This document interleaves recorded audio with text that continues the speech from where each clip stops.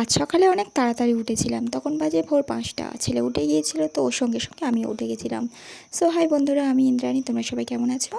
তো সকাল সকাল উঠে সমস্ত কাজ আমি কমপ্লিট করে নিয়েছিলাম, কিন্তু তবুও আমার খুব ঘুম পাচ্ছিল। তো যাই হোক, আমি বিছনাটা তুলে নিচ্ছিলাম। চলো তোমাদের সঙ্গে একটা ছোট্ট গল্প শেয়ার করি। কালকে আমাদের রান্নাটা কে করে দিয়েছে আর কীভাবে করে দিয়েছে। কালকে রান্নাটা আমার ননদ করে দিয়েছে, মানে শ্বশুরের মেয়ে করে দিয়েছে। আমি এপার থেকে, মানে আমি দাবায় বসেছিলাম, ও রান্নাঘরে ছিল। ওকে আমি বলে বলে দিচ্ছিলাম যে কোনটা কার পরে দিতে হবে, আর ও আমাদের রান্নাটা কালকে করে দেবে বলে বলেছিল যে আমি করে দেবো। তো ভাবলাম ওই করুক, আমি এদিকে কাজ সামলাই। ও আমার রান্নাটা করে দিয়েছে। আমি এখান থেকে মাছের ঝোল করেছি, যেহেতু মাছের ঝোলের জন্য যা যা লাগবে সেগুলো বলেছিলাম, তেল, ফোড়ন, রসুন এগুলো সব নিয়ে গেছিলো। তারপর রান্নাটা ও যেমন পারে বসাচ্ছিল, আমি একটু পাশ থেকে বলে দিচ্ছিলাম। তো কালকের রান্নাটাও বেশ ভালোই করেছিল, খেতে ভালো লেগেছিলো। কিন্তু কালকের রান্নাটা করার পরে আমি মনে হচ্ছে ওকে দিয়ে প্রতিদিন রান্না করাবো, বাহানা খুঁজি। কিন্তু ও আর তো করবেই না, ও আর রান্না করতে চায় না, বাড়িতে রান্না করে না, আমাদের বাড়িতে রান্না করবে।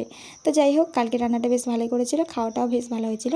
তো তো এদিকে আমার ঘরটাও গোছানো হয়ে গিয়েছে। তোমাদের সাথে কথা বলতে বলতে আজকে ঘরটা বেশ ভালো করে গুছিয়েছি। ঘরটা গোছানো থাকলে মনটা বেশ শান্তি লাগে, আমার খুব ভালো লাগে এরকম সবসময় ঘরটা গোছগাছ থাকলে। ঘরে ঢুকতেও ইচ্ছা করে, আর ঘরে ঢুকলে যেন মনটা আরও বেশি শান্তি হয়ে যায়। ঘরে ঢুকলে মনটা বেশ ফ্রি ফ্রি লাগে, এরকম ঘর গোছানো থাকলে আরও।